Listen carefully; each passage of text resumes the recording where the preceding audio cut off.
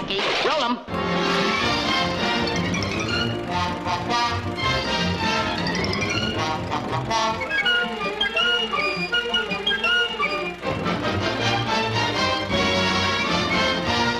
When I wish hearts are happy, all the world seems bright.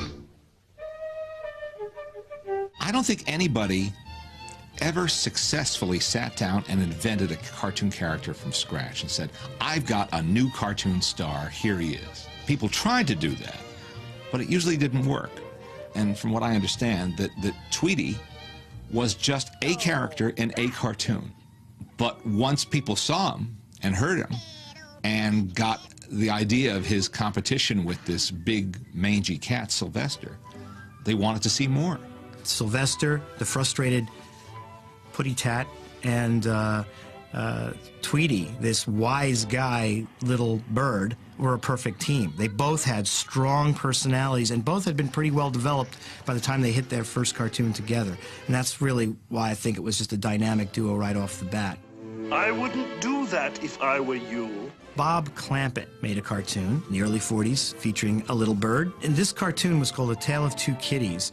And the little bird was this little anemic baby bird, which was perfect for them. It wasn't even a big bird. It was this, the joke was that it was a little teeny weeny bird. My dad had the idea for Tweety Bird from a nude baby picture that his mother had had on the piano. And so there was something about this very vulnerable little bird that he really brought forth in Tweety. Freeling liked the character of Tweety and thought there was something to that cute, innocent character, and it might make a good character to play against Sylvester.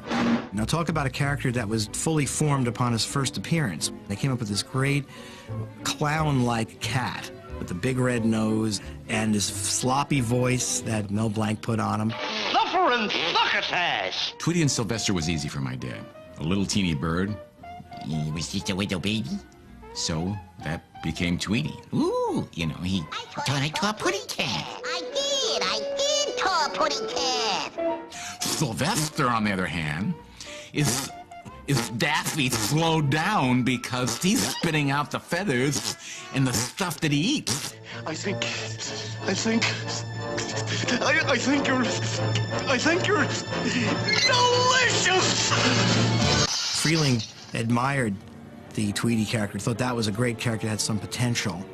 Originally, the cartoon we now know as Tweety Pie was Sylvester versus this woodpecker character that Freeling had come up with in a previous cartoon.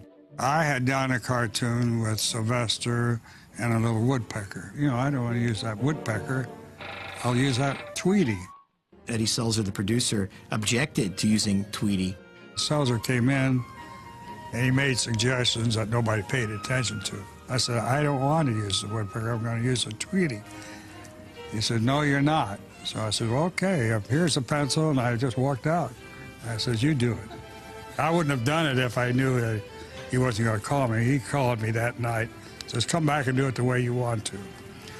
Ironically, I did it, and that won Academy Award. And Tweety Pie was the first Oscar that Warner Brothers won. Sylvester and Tweety, oh, it was great. I mean, it was just a typical cat after the bird. And then Granny being the one that would come between them. I'll teach you to molest helpless little birdies. I didn't know that Granny had been done before by B. Benaderet. I had never seen it before, so I thought Granny was a new character. So I invented this voice of Granny, and so Frizz didn't say anything. He loved it. I did Granny, and I'm still doing it this day and age, which is wonderful. When you two The great scene in there is a genius touch, is that when Sylvester is given a sleeping pill or something to put him to sleep, and all of a sudden you look over and you see the dog on a crutch coming toward the camera, and then Sylvester's eyes would slowly close, and then when they pop open, the dog is closer, and then they'd close, and he'd be closer, and all of a sudden the last time he closes, you know that you hit him in the foot with the club. The chase aspect of many of these cartoons is primary. You know, you have to have a smaller character being chased by a larger character. But there's also another dynamic at work in a lot of times, and it's that the smaller character is the one that wins. Tweety wins by being completely outwardly innocent, but he's the smaller one compared to Sylvester. He's supposed to be the non-threatening one. Hey, Dad! You bad old putty cat!